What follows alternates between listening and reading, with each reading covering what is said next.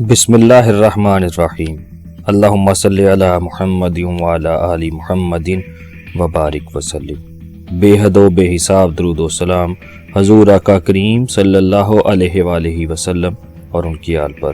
السلام علیکم سامعین۔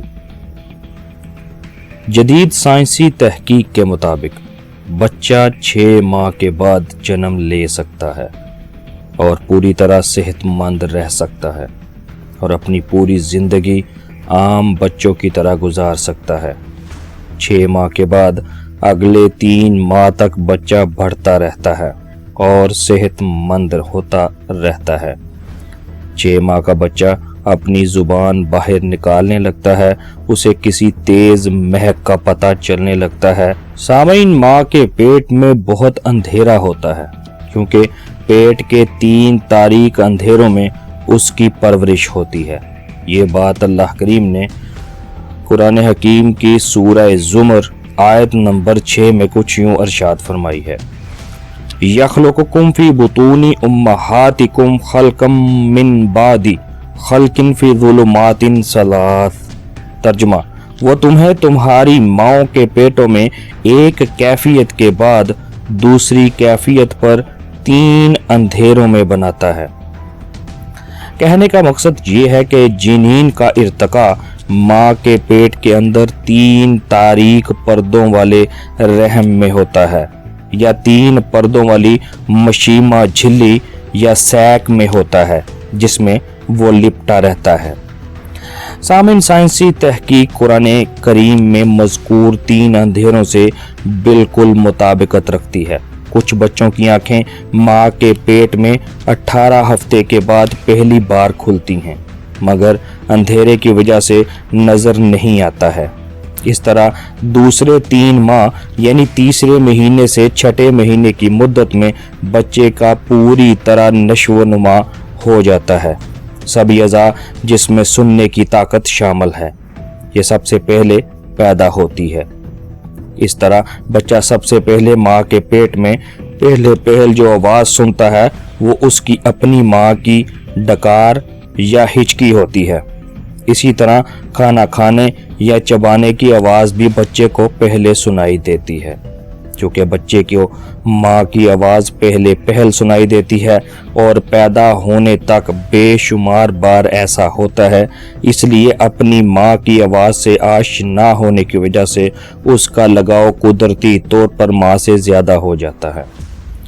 سامعین، الٹرا ساؤنڈ کے وقت پیٹ میں ماں کے ایمنیٹک ارک کی موجود کی وجہ سے ایک خاص ترنگ یا لہر پیدا ہوتی ہے جس کی وجہ سے بچے کو آواز خوب سنائی دیتی ہے۔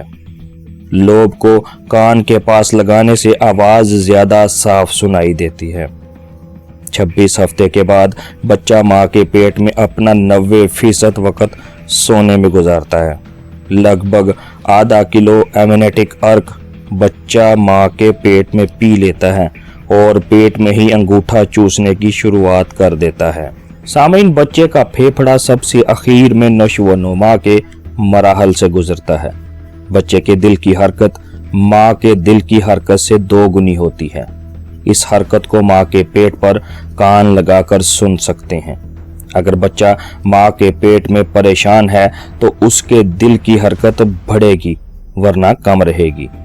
ماں کے تناؤ یا خوشی کا اثر بچے تک پلیسینٹا کے ذریعے یا نال کے ذریعے پہنچتا ہے۔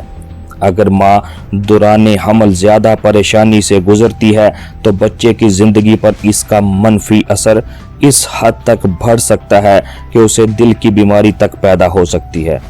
اس طرح بچہ 6 ماہ کے بعد پیدا ہو یا 9 ماہ کی مدت پوری کر لینے کے بعد مگر تمام بچوں کے تمام اعضاء 3 ماہ کی مدت میں پیدا ہو جاتے ہیں۔ سامعین، یہاں تک کہ 11 سے 12 ہفتے میں بچہ ماں کے پیٹ میں حرکت بھی کرنے لگتا ہے۔ اس طرح رحم میں بچہ پوری طرح چلنے کی کوشش کرنے لگتا ہے۔ یہ شروع کے 3 مہینے ماں کے لیے بے حد اہم ہوتے ہیں کیونکہ انہی شروع کے 3 ماہ میں اسقاط حمل کا خدشہ زیادہ رہتا ہے۔ 3 ماہ کے بعد ہی لڑکا یا لڑکی ہونے کا پتہ لگانا ممکن ہوتا ہے۔ 4 माह में बच्चा लगभग 14 सेंटीमीटर की लंबाई का हो जाता है। उसका हाथ पैर से पहले तरक्की करता है। 16 हफ्ते में बच्चा अपने हाथ, पैर, कलाई और घुटने को चलाकर हरकत करने लगता है और उसे आसपास के माहौल का एहसास भी होने लग जाता है। 18 हफ्ते के बाद उसका निज़ाम हाजमा अमल करने लगता है। नाल लगभग 1/2 मीटर लंबा हो जाता है। सामईन, साइंसी तहकीक के मुताबिक अगर माँ के पेट में बच्चों को अच्छी मौसीकी म्यूजिक एक ख़ास मुद्दत तक सुनाई जाए तो बच्चा उसे सुनकर उसका आदी हो जाता है। यहाँ तक कि अगर बार बार एक ही संगीत सुनाई जाए तो उसे वो याद भी कर लेता है। साइंस ने एक तजर्बा करके ये साबित किया कि हमल यानी प्रेगनेंसी के दौरान एक बच्चे को एक ही संगीत बार बार सुनाई गई। जब वो बच्चा पैदा हुआ तो उसे उन बच्चों के साथ कर दिया गया जिनको माँ के पेट में रहने की मुद्दत में संगीत या मौसीकी नहीं सुनाई गई थी। दोनों तरह के बच्चों के सामने वही मौसीकी पेश की जाती थी। तो जिस बच्चे ने माँ के पेट की मुद्दत में उसे बार बार सुन रखा था उसका फौरन मौसीकी पर रद्द अमल होता था, जबकि दूसरे बच्चे का इस पर रद्द अमल बिल्कुल नहीं होता था। इससे साइंस ने इस बात को साबित किया कि बच्चों की कुव्वत समात सबसे पहले माँ के पेट में ही पैदा होती है। चुनाचे अल्लाह करीम कुरान हकीम की सूरह मुल्क आयत नंबर 23 में देखने की ताकत से कबल ही सुनने की ताकत पैदा होती है का तज़किरा करता है। पहले कान का जिक्र हुआ है, उसके बाद आंखों का और फिर दिल का। कुल हुवल्लज़ी अंशाकुम व जअल लकुमुस्समअ वल अब्सार वल अफ़इदता कलीलन मा तशकुरून। तर्जुमा, और कहो कि वही है जिसने तुमको पैदा किया और तुम्हारे कान और आँख और दिल बनाए, तुम लोग बहुत कम शुक्र अदा करते हो। सामीन, बच्चों की पैदाइश के वक़्त माँ के पेट और कमर में दर्द होता है और बेचैनी बढ़ जाती है।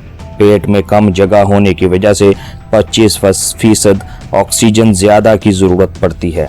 इस कमी की वजह से भी माँ की तकलीफ़ बढ़ जाती है। छटपटाहट होती है, रीढ़ की हड्डी पर दर्द बढ़ जाता है। इस मरहले में बच्चे के दिमाग में 100 अरब न्यूरॉन या टिश्यूज़ की नशो नुमा हो जाती है, मगर माँ के पेट में दस्तयाब ज़राए की कमी होने लगती है और बच्चे की पैदाइश की पेशीन गोई होने लगती है। मगर मुताले के मुताबिक सिर्फ 5% बच्चे ही बताए गए वक़्त के मुताबिक पैदा होते हैं, क्योंकि सही अंदाज़ा पेश करना 100% मुमकिन नहीं हो सका है। सिर्फ एमनियोटिक थैले के फटने और रहम में खिंचाव पैदा होने से ही पता चलता है कि बच्चे की पैदाइश का वक़्त करीब आ गया है और इसके तमाम अज़ा कुदरती तौर पर काम करने लग जाते हैं। सामीन, बच्चे को रहम और उज़्वे ख़ास के दरमियान एक अहम रास्ता तय करना होता है। प्लेसेंटा या नाल बाहर निकल आता है। हर साल दुनिया भर में 13 करोड़ माएँ बच्चों को जन्म देती हैं। पैदा होते ही बच्चे के तमाम अज़ा काम करने लगते हैं, मगर निज़ाम हाज़िमा यानी डाइजेशन सिस्टम से मुताल्लिक अज़ा अभी अच्छी तरह काम शुरू नहीं करते हैं। इन्हें और वक़्त की ज़रूरत होती है। सामईन, ऐसी हालत में 6 माह की मुद्दत तक बच्चे को हरगिज़ माँ के दूध के अलावा बाहर की कोई चीज़ नहीं दी जानी चाहिए। साइंसी तहकीक के मुताबिक कुरान करीम के फरमान की रोशनी में 2 साल तक माँ का दूध पिलाना चाहिए, जैसा कि सूरह बकरा आयत नंबर 233 में फरमाने इलाही है।